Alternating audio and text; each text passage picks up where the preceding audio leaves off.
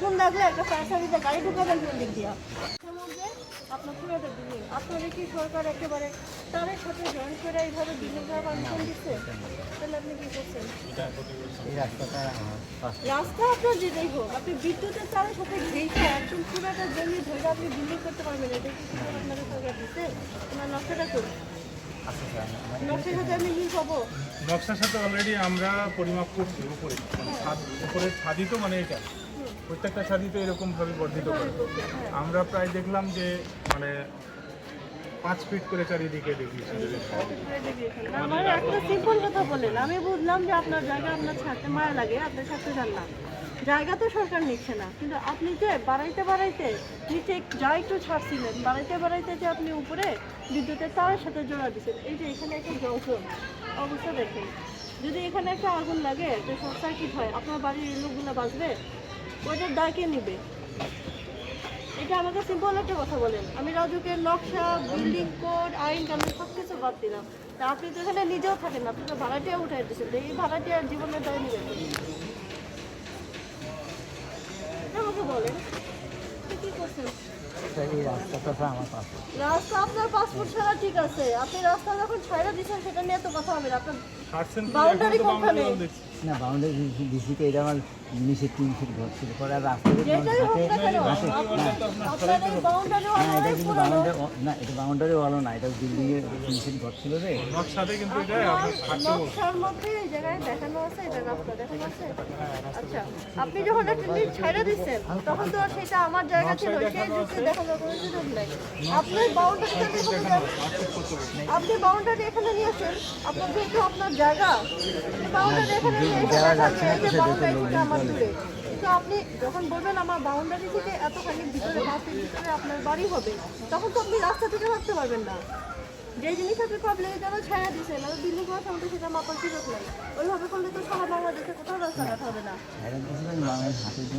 মানুষজন হাঁটে। তা আপনি বিল্ডিং করার সময় কি আপনি এখান থেকে ভাবছেন পাসপোর্ট? তাহলে আপনার বিল্ডিং এখান থেকে পাসপোর্ট নাই, কোথায় পাসপোর্ট ছাড়ছেন? ওটা একটু দেখান তো, দেখাও না কোথায় ছাড়ছেন? এই রাউন্ডে কি আছে পাসপোর্ট? ছাড়বেন, ছাড়ার পরে উপরে যখন তাকান আপনি উপরে বাড়াই করছেন, উপরে আমি একটু বলি এখানে 5 ফিটের মতো লাগে না?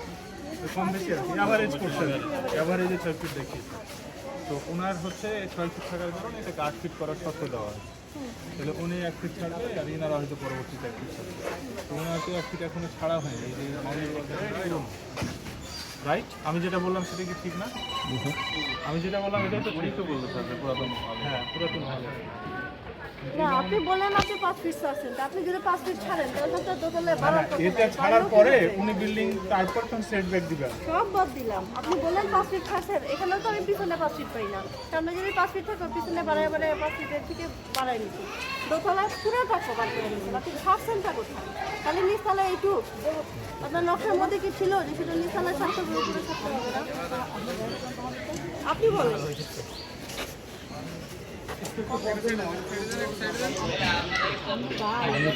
আমার তো রাস্তাটা আছে,